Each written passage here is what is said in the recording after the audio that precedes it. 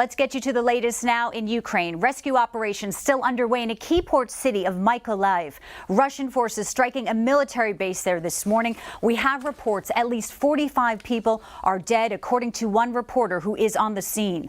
Bombings also underway out in the west near the Polish border of Ukraine. Russia firing 6 missiles at the city of Lviv today, hitting a military aircraft repair facility, which could be key. Meantime, the U.S. identifying the second American killed in the war. It is Minnesota native James Hill, a victim in the Russian attack that targeted people just lining up for bread in Chernihiv. Hill's family now saying that he had been living in the capital city of Kyiv but traveled to Chernihiv to help his partner undergo MS treatment. Also new this Friday morning, Ukrainian President Volodymyr Zelensky here visiting families at a local hospital in Kyiv.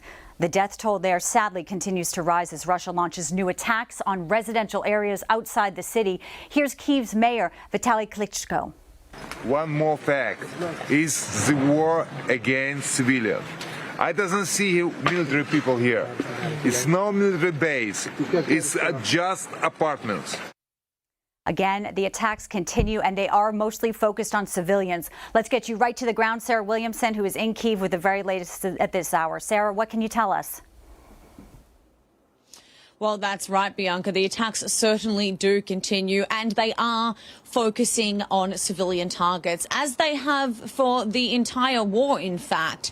2/3 of the missile strikes from the Russian army have actually hit civilian targets. And today, the Russian army got off to a very early start, hitting Lviv, that Lviv air, those that outside the airport there at that the repair centre for aircrafts, where 6 missiles were fired and 2 were intercepted. Luckily, though, because it was 6 a.m. in the morning, nobody was working at that facility at the time, and there was no casualties that came of that. But within the last hour, we did hear some very large blasts coming from the north of Kyiv here, where towards the area of Irpin and Bucha, where we can see that obviously the fighting has once again picked up between the Ukrainians and the Russians in that direction. This is an area that has been under constant bombardment from the Russians, and civilians have just been under constant attack for a number of weeks now. Luckily, 30,000 civilians have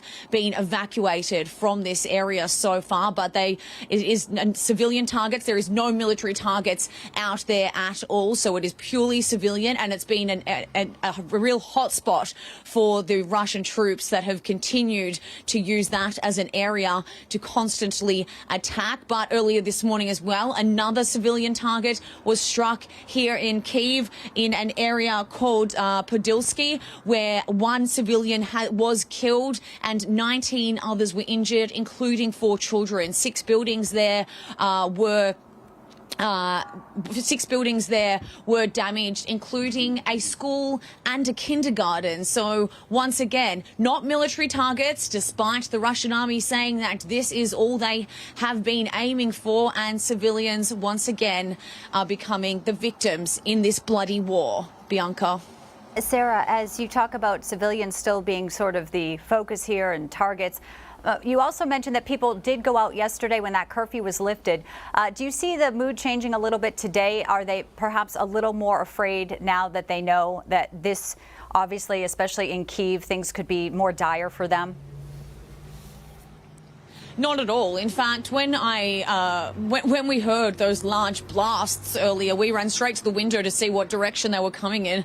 And the people here have become, unfortunately, that this is their reality, so accustomed to these sounds that people still get on with their lives, still get on with their daily lives. There were people going for jogs out on the street and didn't even flinch to those sounds. So the cars are still driving. There are still more cars out on the road than there was weeks ago. And it is just, reality is returning to normal. People are starting to resume their lives, because here in Kyiv, the city is heavily fortified. There is a large military presence with plenty of checkpoints, checking people's IDs before they can even come into the city. So people here feel safe, as the military has been stalled for a number of days now.